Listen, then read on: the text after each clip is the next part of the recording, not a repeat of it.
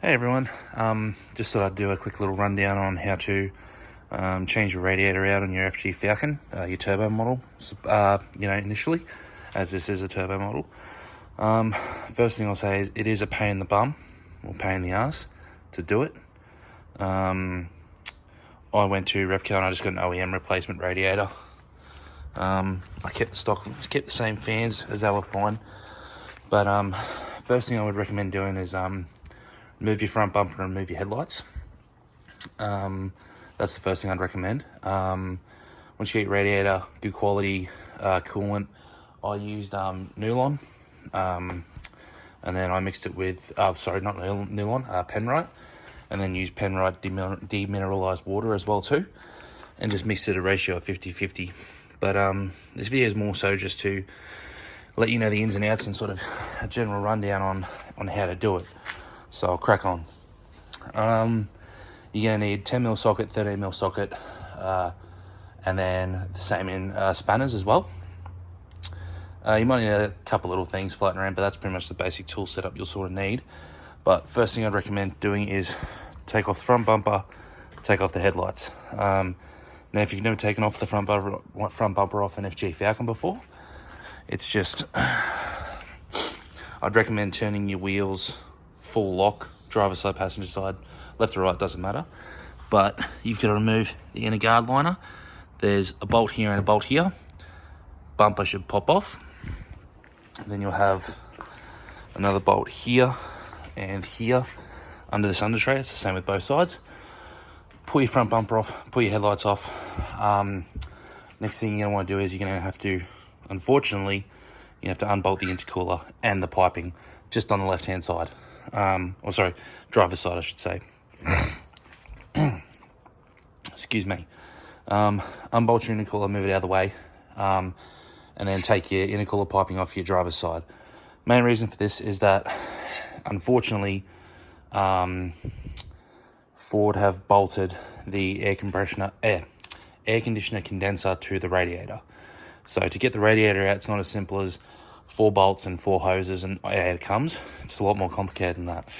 So there's 4 bolts, this support just here, there's a bolt behind there, and there's one down on the crash bar support. It's right behind the crash bar support, unless you've got, I'm a fat cunt, so you need to have the arms of a 12-year-old girl to get this done, preferably.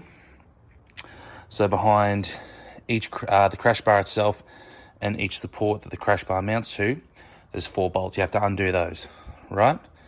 And then that's the first part of the condenser done. Now, this is the tricky part. You'll need a 10mm socket, and there's a side part where these air conditioner condenser lines run alongside the radiator. There's a bracket there. You'll see it on your new radiator. But there's a bracket there, and it's held in with a 10mm nut and socket. And if you've had, if your FG Falcon is over 10 years old, it's most likely seized in place, so you don't really need to have a screwdriver or something on the other side to stop the screw from moving. So you just need a 10mm socket, preferably a longer socket, like a deep socket.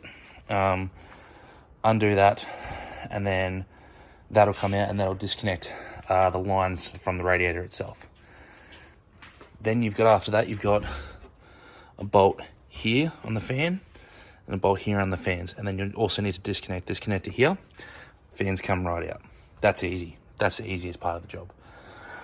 After that, you've down the bottom of the radiator, there's a little drain plug. You turn that, drain all your coolant out. That's easy as well too. And then you disconnect all of your hoses. Now, I would recommend definitely having a decent sized flathead screwdriver, as well as 10mm socket and some new hose clamps as well too. That's more things you're gonna need. And then once that's done, you need to pop those irritating little caps off the top of the hose clamp. You need to pop a couple of those off. They're extremely frustrating to get to. And from Ford, for some reason, they've mounted the hose clamps in such a way that I don't believe it's to not impede the fans or the fan shroud, which doesn't make sense because they don't anyway. And then once you popped it off, undo your hose clamps, pull them off, just wiggle them off. Like they're really not that difficult. I thought they were going to be a pain in the ass to do, but they're not. Once you've got them off, after all that is done, in theory, your radiator should come out nice and easy. If any, like, you need to take that pipe off, and you'll also need to remove most of the air box as well too. If you've got a heavily modified FG or just even a mildly modified FG, you'll need to do that too. Once your radiator comes out, one of the most important things that I didn't even realise until after I put the radiator in is that they're about that big. They're two, once you pull the old radiator out, there's two rubber bushings on the bottom of your old radiator. You need to have those placed onto your new radiator before you put that in. I cannot stress that enough. I fought for about an hour and a half, 2 hours yesterday, just trying to physically, after I'd done everything else and everything else was back together, I fought for about 2 hours on and off, just trying to get these rubber bushes back into their holes, because the way the radiator mounts is that it's got these two supports, one on either side, but then you'll see when you purchase the radiator on the bottom, there's little supports that sit about that far below the radiator. The bush needs to go on them, and then it needs to slot into two holes at the bottom on either side of the radiator that it came out of. If you don't do this, the radiator will sit further down and further back towards the engine, and you don't want that. You cannot have that. I cannot stress that enough. That should be, as soon as you pull the old radiator out, pull those bushes off and put them on the new one. I cannot stress that enough. That's probably the most important thing, because you do not want to get to a point where you've put all this back together and then you've got to pull it all apart again because you forgot those bushes. Now, I've never done a radiator on an FG turbo before. I'm a fitter and turner by trade. I do this kind of stuff every day, except on a lot bigger engines and compressors and everything like that. But at the same time, you just need to take your time. Don't rush it. It doesn't need to be done in a day. You can do this over 2 days if you really want to, if you just want to take your time and do it properly. Once those bushings are on, the new radiator can just go straight back into place. And all those steps that I said, do them in reverse. Keep the intercooler out of the way, bolt the condenser back to the radiator. It's easier said than done. It takes a while to do this. It's an absolute mission, especially if you've got big hands, big arms, just a big guy in general. If you're a smaller dude or a smaller chick who's trying to do this, you won't have anywhere near as much drama. But that being said, if you're anyone above the size of normal in terms of being a human being, this is exceedingly difficult to do. But you will get it done. I honestly would recommend getting yourself a set of ratchet spanners. I bought myself a set about 6 or 8 months ago, and I cannot recommend them highly enough.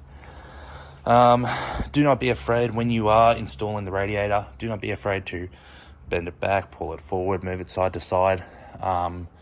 They seem to be pretty stout.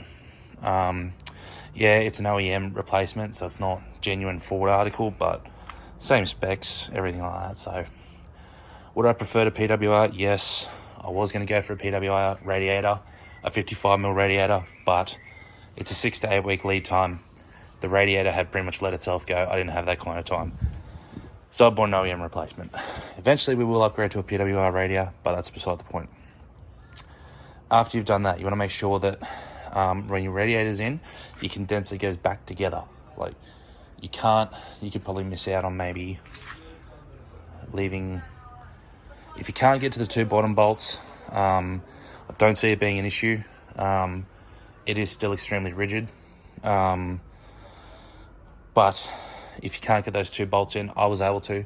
If you can't get them in, it's not the end of the world. As long as the two top bolts are in and that side bolt is in, you've got 1, 2, 3, 4, 5, 6, 7 mounting points to help hold the condenser and the radiator in place, as opposed to 9. So you've got 2 bolts there that are done up tight as opposed to 4. Once you've done that, remount your intercooler, remount your piping, headlights back in, front bumper on. Now, before you put too much of the front bumper back together, or your lights on or anything like that, the next thing I would suggest is put your coolant in. 50-50 mix of coolant and demineralized water. My wife helped me with this, so she was a darling for that.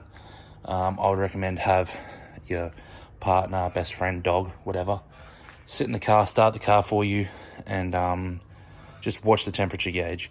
And then just next thing I did was had the funnel in, mixed all my coolant up. I used, accounting for spillage and everything like that and leaks, I used a 5 litre of coolant and a 5 litre of demineralized water. I know it sounds like a lot, but the Ford manual states you use about 8.97 litres of coolant throughout the whole system. So I counted for about a litre of spillage, and I would say that's probably what I lost, is about a litre of spillage in total. No one's perfect.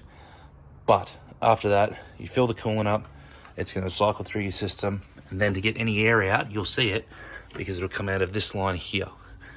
Take the lid off, you squeeze this pipe. You just squeeze it and squeeze it and squeeze it until it starts to become firm.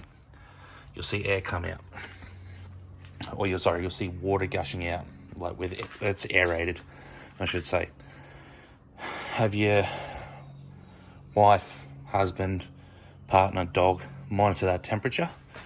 If it climbs rapidly, shut the car off, look for a problem, start again. If it doesn't, it just gradually climbs like it normally would, as these cars tend to. They're pretty good at that. Once you've basically gotten all the air out of the system, shut the car off, check all your hose clamps, and then check your coolant one more time. Start the car again, check your coolant. I did lose a bit of coolant just pumping through the system. Refill it. So that's where that extra coolant that I had, that extra litre, went to, basically, was some spillage, and then also topping it up. I'd also recommend keeping a litre bottle of just concentrate, just in case, and you just top it up as you need to. Once that was done, sorry I keep saying by the way, millennial shit. Anyway, once that's done, God, I did it again. Once that's done, stop the car, and then you need to go for a drive after this. So start the car, go for a drive, let the car get to operating temperature. Once it's at operating temperature, give it a couple of squirts up and down, wherever you live, that doesn't matter. Basically, you just want to make sure that the temperature doesn't climb too high, doesn't go past the halfway point. Once that's done and it's not past the halfway point, it's maintaining proper temperature, everything like that, just come back, give it 15-20 minutes, check your coolant again, check all your pipes, make sure they're all good. I actually came out to the car this morning and I checked under the car just to be safe, and I noticed a small leak coming from the same side where it was leaking originally, and that had me concerned, because I thought maybe that I'd cracked something going in or anything like that. I thought maybe I did, but I wasn't 100% sure. Then when I checked all my lines, so I just went under there like that and checked. This was originally, so I replaced this hose clamp, and this is still the original hoses. I couldn't get replacement hoses, unfortunately. I was planning on doing that, but stock is pretty limited in the country right now. There's only about 6 stores, I think, in Queensland that are carrying just this front pipe and just this bottom pipe. They don't carry this pipe, which is just a piece of fuel line. You can just make that up, that's easy. But then there's a second hose that runs this hose here. That hose there, that thicker one, there's none of those in Queensland. So that's about a 2-week wait. So for now, I've just stayed with the original coolant hosing that came on the car a decade ago. It's fine. I looked it over. There's no rips, there's no tears. There's obviously indentation from it being clamped down for so long. But basically, just run your fingers under it like that, wherever the leak is, and it's pretty easy to find. I originally thought it was coming from this clamp here, but on further inspection, it was coming from this one here. And it would run down and then drip down, and then I got a small pool at the bottom of the car. So fortunately for me, because I replaced this hose clamp, and that hose clamp, all 4 hose clamps on the large piping, that one just wasn't done up tightly enough. So I tightened both of them up just to be safe, all 4 of them up just to be safe. It was quite difficult to get to the ones at the bottom, but did that, took the car for another drive around the block, left it sit for about 20 minutes, had a look, no more pull, no more leaking coolant, nothing like that. So if you can do all those things, you should be golden. But the biggest thing I can stress is you need to have those bushes off the old radiator mounted onto the new one, because the kit that I received was just the radiator.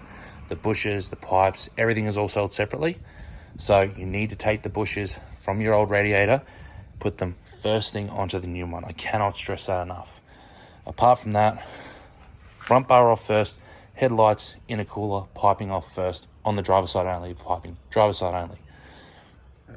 Excuse me.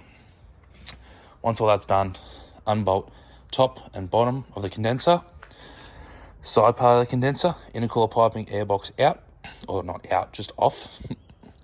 Disconnect your fan comes out, bleed your coolant, pipes come off, radiator comes out, bushes out, bushes on new radiator goes back in, fans go in, radiator goes in, condenser bolts are back together, pipes on, fan in, intercooler piping back on, intercooler bolted back to the car, headlights on, coolant in, headlights on, bumper on, start car, run car up, kill it, check your coolant, go for a drive, come back, check your coolant again, make sure everything's buttoned up, all your hose clamps, everything like that. Check your coolant one more time, leave it overnight, check it again the next morning, and that's it. That's all you've got to do. If for someone who's got no mechanical knowledge or experience doing this kind of stuff, it is a massive undertaking. Just for a radiator, it's absurd that that's what Ford decided to do. It's insane. But at the same time, if you have some sort of mechanical knowledge or you work on your own cars or anything like that, it's pretty straightforward. You just have to know what you're doing in regards to how you should pull it apart and how you should put it back together. There's always a sequence to this kind of stuff. So, yeah, this video is a bit longer than I would have liked it to have been, but at the same time, there was no help on YouTube. There's no help on Facebook. All those Facebook groups are completely and utterly useless. You ask a technical question, no one answers, no one knows what they're talking about. So the best way to do this kind of stuff is just to learn and do it yourself.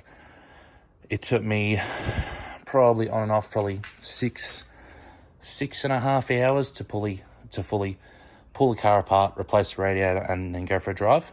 Realistically, now that I've done it and I know what I'm doing, I could probably do it in about half that time. So it's just about repetition and taking your time. That's the most important thing. Take your time, understand the car, and then understand that sequence. If you follow that sequence, you will not go wrong. Okay? So there's BA, BF, radiator pull apart. There's tutorials on people doing all this stuff with BAs and BFs, but there's nothing on FGs. I couldn't imagine the process would be much different between the models, but at the same time, it's just about following the sequence and doing it right. You want to do a coolant flush, that's easy enough. Just pull your fans out, drain it, put it back in, fans in, new coolant, done. This is a bit more complicated. So I understand this video is nearly 20 minutes, but I just thought I'd give an explanation on how to do it as opposed to a run through of showing you how to do it, because I don't know how to edit. I don't know how to do any of this stuff. This whole YouTube thing is sort of, it's new to me. So hopefully you get something out of this video. If not, let me know. I won't do another video like this again if that's what people are leaning toward. But if this did help you out, if you did understand what I was saying, let me know in the comments down below. If not, tell me how you feel. I don't really care. I'm pretty thick-skinned. But yeah, hopefully this helps you out next time you blow your radiator up or you decide to upgrade. All right, cheers guys. Bye.